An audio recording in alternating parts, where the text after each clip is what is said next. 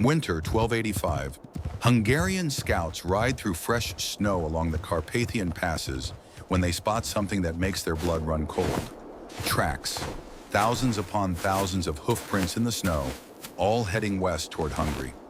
After 44 years of uneasy peace, the nightmare has returned. The Mongols are coming back. In villages across the kingdom, elderly survivors who remember 1241 begin to weep. They remember the smoke, the screams, the bodies piled so high you couldn't see the ground. They remember losing neighbors, children, and entire towns erased in a single afternoon. A quarter of Hungary's population simply ceased to exist. Now their grandchildren, who've only heard the stories, are about to face the same enemy that destroyed their world. King Ladislaus IV receives the reports in his capital. 100,000 Mongol warriors are approaching from two directions, using the same invasion routes as before. His advisors panic. Some suggest fleeing immediately, just as King Bela did all those years ago. But as Ladislaus looks out over his kingdom, something is different. Where once there were wooden palisades and earthen mounds, now stone towers rise against the winter sky. Castles, dozens of them, maybe hundreds, dot the landscape like teeth ready to bite. The question hangs in the frozen air. Would it be enough? 44 years ago, Hungary was erased from the map in a single day. Now the Mongols have returned to finish what they started. This is the story of what happened in between and why sometimes the greatest victories take a lifetime to achieve. To understand what changed, we need to go back to that terrible day. April 11th, 1241, dawn breaks over the Sajo River in eastern Hungary. King Bela IV has assembled 60,000 men, the largest army Hungary has ever fielded. They're camped near the village of Mohi, confident and almost celebratory. The night before, they'd pushed back a small Mongol force trying to cross the bridge. To them, it felt like victory. They had no idea they were already dead. While the Hungarians slept, Mongol general Subutai, perhaps the greatest military mind of the 13th century, had been working through the night. His men constructed a pontoon bridge several miles downstream, completely undetected. At dawn, the trap sprang. Badu Khan launched a frontal assault on the bridge, exactly where the Hungarians expected. But while Bela's forces rushed to defend that single point, Subutai's cavalry poured across the southern bridge and slammed into their rear. The Hungarians found themselves encircled, trapped in their own wagon circle formation, with nowhere to run. Mongol arrows fell like a metal rain. Then came something Europe had never seen before. Explosive devices launched from catapults, crude gunpowder weapons that produced deafening blasts and clouds of smoke. The psychological effect was devastating. Archbishop Ugrin died fighting on the front lines. Duke Kalaman, the king's brother, suffered wounds that would kill him days later. And King Bela? He ran. He had no choice. To stay was to die. What happened next wasn't a battle, but a massacre. 65,000 men dead in a matter of hours. The Sajo River literally ran red, and smoke blotted out the sun. But that was just the beginning. For the next 12 months, Mongol forces swept across Hungary like a plague. They were methodical, almost surgical in their destruction. 50 to 80% of settlements in the plains were razed to the ground. Bodies rotted in fields because there was no one left to bury them. By the time the Mongols finally withdrew in late 1242, Hungary had lost somewhere between 300,000 and 500,000 people, roughly a quarter of its entire population. Here's what strikes me about this catastrophe. It was almost entirely preventable. Hungary had the manpower, the resources, the warning. What they didn't have were walls. The Hungarian kings had spent centuries deliberately preventing anyone from building strong fortifications because they feared powerful nobles in castles might rebel against royal authority. This policy worked brilliantly for maintaining political control, right up until the moment those politics got a quarter of the population killed. A German chronicler visiting in 1241 noted with shock that Hungary had almost no city protected by walls or strong fortresses. The Mongols exploited this ruthlessly, and if you're enjoying this deep dive into medieval strategy, make sure you're subscribed, because we're about to get into how one broken king turned this disaster into triumph. When King Bela returned to his kingdom in early 1242 after the Mongols withdrew, he stood in the ruins of Pest, and saw his life's work reduced to ash. His nobles, those who survived, blamed him for the disaster. His policies, his decisions, and his failure to adequately prepare had led them into the trap at Mohi. They weren't entirely wrong. Bela could have made excuses. He could have pointed fingers. Instead, he did something remarkable. He learned. For months, Bela obsessively studied the defeat. He interviewed survivors, consulted with foreign military experts, and read everything he could about Mongol tactics. The conclusion became unavoidable. The wooden and earthen defenses that had served Hungary for generations were worse than useless against a mobile, siege-equipped force like the Mongols. Those few stone castles that existed had survived the invasion intact. Every single one. The answer was staring him in the face, written in stone. But here's where it gets interesting, because the solution required Bela to fundamentally reverse the policy that had defined Hungarian royal power for centuries. He made an announcement that shocked the nobility. Anyone who could afford to build a stone castle not only had permission to do so, but was actively encouraged. He wrote to bishops, barons, and even wealthy towns. Build castles. Build them everywhere. Build them strong. He didn't care anymore if it meant some noble might have a fortress to defy the king from. He cared about one thing, making sure Hungary never burned again. Think about what this meant. Bela was deliberately weakening his own central authority, empowering the exact people who might challenge him, all for the sake of national survival. How many rulers in history would make that choice? Most kings hoard power until the kingdom collapses. Bela gave it away to save what he could. The nobles, for their part, recognized what this meant. They'd lost children at Mohi, watched their estates burn, and buried their friends in mass graves. When the king said, "Build castles," they built castles. Meanwhile, letters kept arriving from the Golden Horde. Batu Khan demanded submission. His successor, Berki Khan, sent ultimatums. Surrender a quarter of your army for our planned invasion of Europe, or we return to finish you. Bela's response was always the same, silence. But that silence wasn't empty. It was filled with the sound of stonemasons' hammers, the scrape of mortar, the thud of massive blocks being set in place. Bela had 40 years before the Mongols returned. The question was whether it would be enough. The transformation of Hungary between 1241 and 1285 is one of history's most dramatic military buildups, and yet most people have never heard of it. Let me paint you a picture of what Bela accomplished. In 1241, Hungary possessed exactly 10 stone castles, most of them along the western border with Austria. By 1285, that number had exploded to nearly 100 fortresses scattered across the kingdom, with particular concentration along the Danube River, mountain passes, and major invasion routes. These weren't ceremonial structures or prestige projects. Every single castle was built with the Mongols specifically in mind. Thick walls designed to resist siege engines, arrow slits positioned for overlapping fields of fire, multiple defensive layers so that even if attackers breached the outer wall, they'd face another fortification behind it, murder holes and gateways to pour burning oil on anyone foolish enough to enter. These fortresses were built by people who had seen what happened when you didn't have walls, and they weren't taking any chances. But Bela didn't stop with a stone. He revolutionized Hungary's entire military system through a series of bold reforms. In 1248, he issued a decree that middle-class landowners could achieve noble status if they showed up to war properly equipped with armor and weapons. This created a new class of military service aristocracy whose social status literally depended on their combat readiness. He made nobles legally responsible for equipping the men on their estates. If your peasants showed up to war without proper gear, you faced royal punishment. The king also looked at what had actually worked during the disaster at Mohi.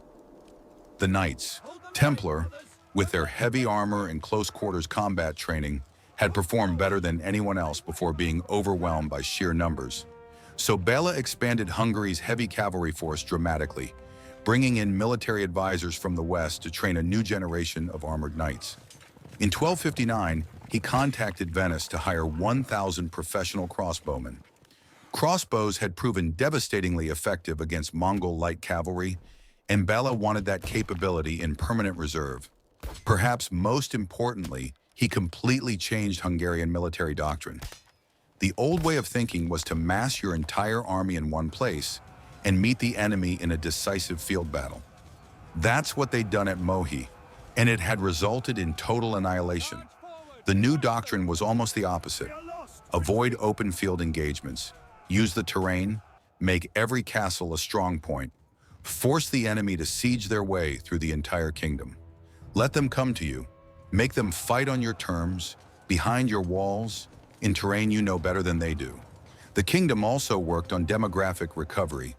Bela offered conditional nobility to settlers from Germany, Slovakia, and Romania, willing to relocate to Hungary and serve in the army. The deal was simple. You get land and a title if you show up armored and ready to fight when called. It was an audacious program of military immigration, and it worked. By the 1280s, Hungary's population had recovered, and then some. When Bela died in 1270, his grandson Ladislaus IV inherited not just a kingdom, but a fortress. An entirely new generation had grown up hearing their grandparents' horror stories about the Mongols. Where their ancestors had fled, these young Hungarians were ready to fight. They'd been raised in the shadow of stone walls, trained in the new military system, and told their entire lives that the Mongols might return. In the winter of 1285, the scouts brought news that the wait was over. The Mongol invasion of 1285 came from two directions, just like in 1241. Nogai Khan led a force through the southern passes into Transylvania, following almost the same route that had worked so devastatingly well 4 decades earlier. Meanwhile, Talabuga commanded the main army of 70,000 warriors through the northern Carpathian passes. It was a coordinated two-pronged assault designed to split Hungarian defenses and recreate the success of the previous generation. The Mongols expected easy victories, quick breakthroughs, and terrified populations fleeing before them. What they got instead was a nightmare. Nogai's southern campaign began with an immediate shock. The first town he approached didn't surrender.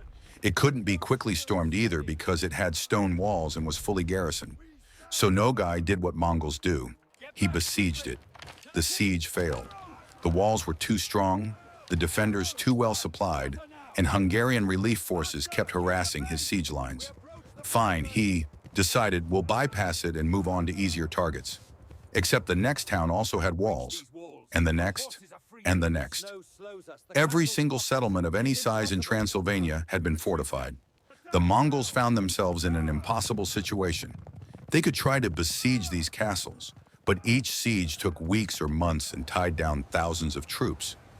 Or they could bypass them and continue raiding. But then those castle garrisons would emerge and attack their supply lines, their foragers, their stragglers. The local commander, Roland Borsa, had studied Mongol tactics and implemented a brilliant counter-strategy. Use the castles as bases for mobile strikes, hit the enemy when they're vulnerable, retreat behind walls when they turn to fight. It was guerrilla warfare from fortified positions, and it was bleeding Nogai's army dry. Meanwhile, Talabuga's northern campaign was turning into a complete disaster for entirely different reasons. The heavy winter snows in the Carpathians, which should have helped by freezing rivers and creating mobility, instead trapped his massive army in mountain passes. Worse, the Hungarians had implemented a scorched earth policy.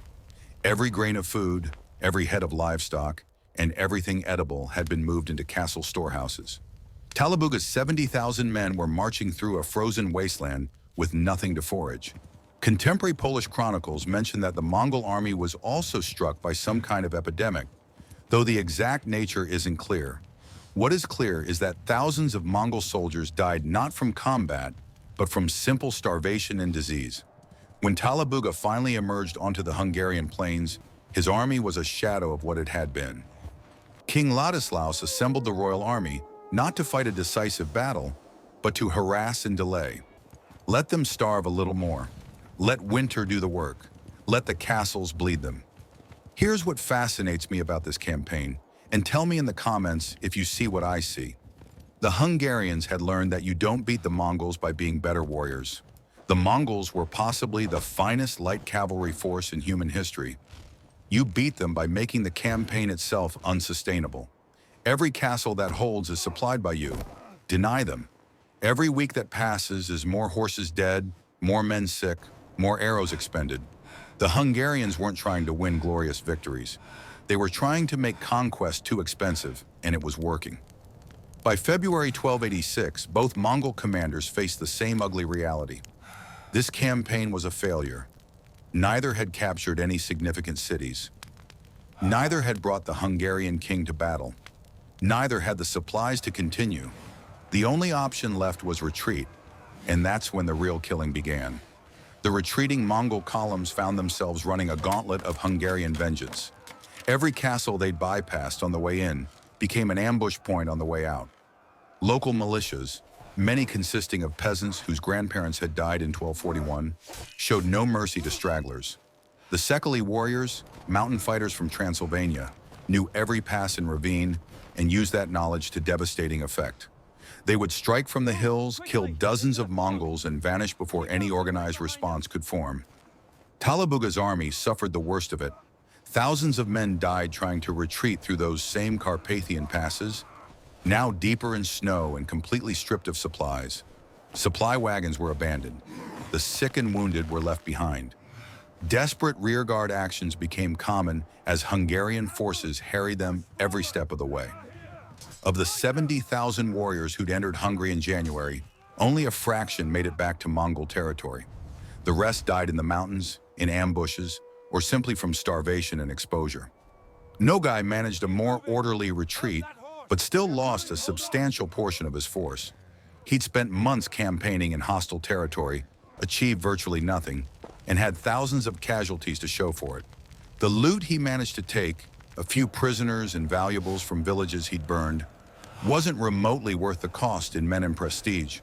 More importantly, the psychological impact was devastating.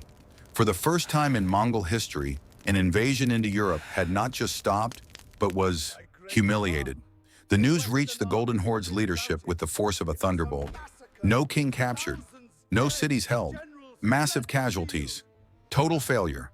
The Hungary that had been so easy to destroy in 1241 had become a fortress that swallowed armies whole. The message was unmistakable. The cost of conquering Hungary now exceeded any possible benefit. And here's the thing about the Mongol Empire at this stage of its history. They had plenty of other problems to deal with. Why waste tens of thousands of men on a kingdom that had figured out how to make itself indigestible? After 1285, the Golden Horde never launched another major invasion of Hungary. Small raids continued for decades, border skirmishes and the like, but never again did they mass 100,000 warriors for a full-scale campaign. The fortress kingdom that Bela built had done exactly what it was designed to do: make conquest impossible, not through military brilliance, but through sheer defensive logistics. Hungary had finally stopped the Mongols, not in a day, but over 44 years of patient, systematic preparation. Let me break down why this worked, because the strategic principles here are absolutely fascinating, and they're still relevant today. In 1241, Hungary had fielded 60,000 soldiers in one location and lost everything in a single battle. In 1285, they had roughly 40,000 soldiers spread across 100 castles and won without ever fighting a decisive engagement. What changed? The mathematics of siege warfare made the difference.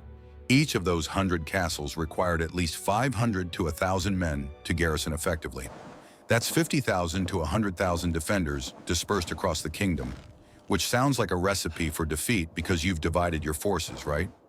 Except the Mongols now had to divide their forces too. To actually conquer Hungary, they'd need to either siege every single castle, which would require them to split their army into dozens of siege forces and would take years, or bypass the castles and try to hold territory while enemy garrisons raided their supply lines. Neither option was viable. This is what military theorists call defense in depth. Instead of putting all your strength in one place that can be overwhelmed, you create multiple layers of resistance, each of which forces the enemy to expend resources. Even if the enemy wins individual engagements, the cumulative cost becomes prohibitive. The Mongols' greatest strength was their mobility and their ability to concentrate overwhelming force at decisive points. The castle's strategy neutralized both advantages by eliminating the possibility of decisive points. Then there's the logistics component, which honestly is the unsung hero of this entire story. Mongol armies required massive amounts of grazing land for their horses, food for their men, and most importantly, mobility to strike where the enemy was weak. Hungary denied them all. 3. Food was locked in castles. Grazing land was deliberately limited by destroying the fodder. And mobility became a liability when moving meant leaving fortified enemies in your rear. The Mongols brought supplies from their homeland, but nowhere near enough to sustain 100,000 men for months of campaigning in hostile territory where every water source, every farm, every granary was either destroyed or fortified. The psychology cuts both ways too. In 1241, Mongol terror tactics worked perfectly. Hungarians panicked, armies dissolved, and the kingdom collapsed. In 1285, an entirely different generation faced them. These weren't traumatized survivors fleeing the steppe demons of their nightmares. These were young warriors who'd grown up behind stone walls, been trained in the new military doctrine, and were told their entire lives that if they just held their positions, the enemy couldn't win. That psychological shift from panic to confidence made all the difference. And here's what I find most impressive about this entire 44-year saga. Bela IV made a choice that most rulers simply won't make. He deliberately weakened his own central authority, gave power to people who might challenge him, and spent vast resources on a threat that wouldn't materialize for decades.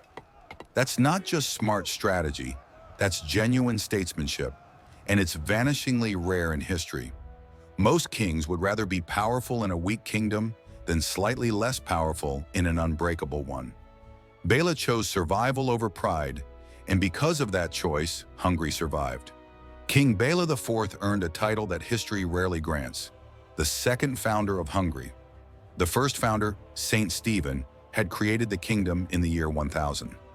Bela rebuilt it from ashes in the mid-13th century, and in some ways what he built was more enduring than the original.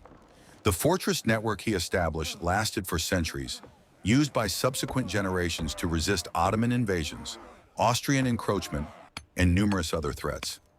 You can still visit some of these castles today.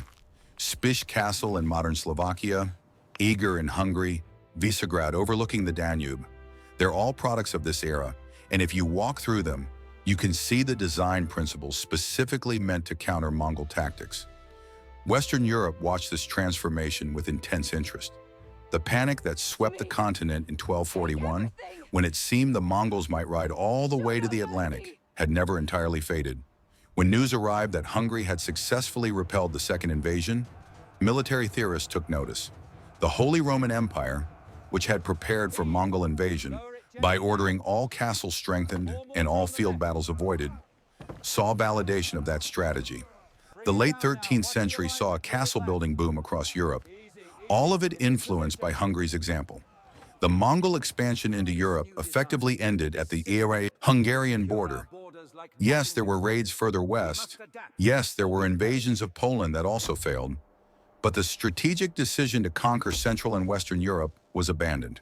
The Golden Horde turned its attention elsewhere, to conflicts with other Mongol khanates, to maintaining control over Russia, to anything that wasn't Hungary, because Hungary had proven that some conquests cost more than they're worth. There's a modern parallel here that I find instructive. When Russia invaded Ukraine in 2022, military analysts initially predicted a quick victory based on the assumption that a larger, more powerful military would overwhelm a smaller neighbor. What actually happened was more like 1285 Hungary than 1241. A determined defense using modern fortifications, cities that refuse to surrender, mobile strikes against supply lines, and international support that provides the weapons to sustain resistance.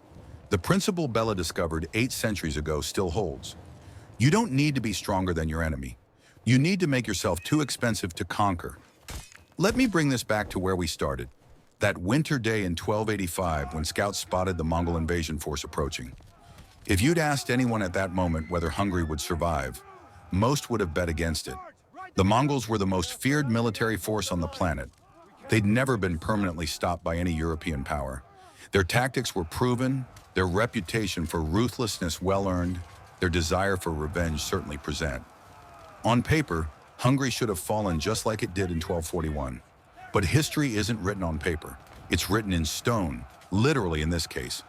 Those castles dotting the landscape represented something more than just walls and towers. They represented 44 years of learning from catastrophic defeat. They represented a king willing to sacrifice his own power for national survival. They represented nobles who chose to build fortifications instead of hoarding wealth. They represented an entire society that looked at its worst nightmare returning and said, not again, never again. The comparison between the two invasions tells you everything you need to know about how wars are actually won and lost.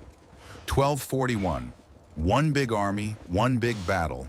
Total defeat in a single day because all the strength was concentrated in one place that could be outmaneuvered and destroyed. 1285, 100 castles, 100 small fights, slow victory over months because the strength was dispersed in ways that couldn't be overcome by tactical brilliance alone. Same enemy, same tactics on their part, completely different result on Hungary's part. Here's what I find most remarkable about this story and why I think it deserves to be better known. Bela IV didn't defeat the Mongols through military genius in the traditional sense. He wasn't Alexander the Great pulling off brilliant battlefield maneuvers. He defeated them through patient, systematic preparation over decades, through willingness to change policies that weren't working, and through putting long-term survival over short-term power. That's not the kind of history that gets told in dramatic movies, but it's the kind that actually saves nations. The Mongols didn't get weaker between 1241 and 1285. They were still the same fearsome warriors with the same tactics and the same determination. What changed was Hungary, stone by stone, castle by castle, year by year, until the country that had been so easy to erase became impossible to digest. And maybe that's the real lesson here. The greatest victories aren't always won in a single dramatic moment. Sometimes they're built slowly, one defensive wall at a time, by people who understand that survival is a marathon, not a sprint. That's how Hungary finally stopped the Mongols. Not with a sword, but with stone. Not in a day, but over a lifetime. Not through strength, but through making themselves too hard to swallow. And 8 centuries later, those castles still stand as monuments to what's possible when a nation learns from its darkest hour.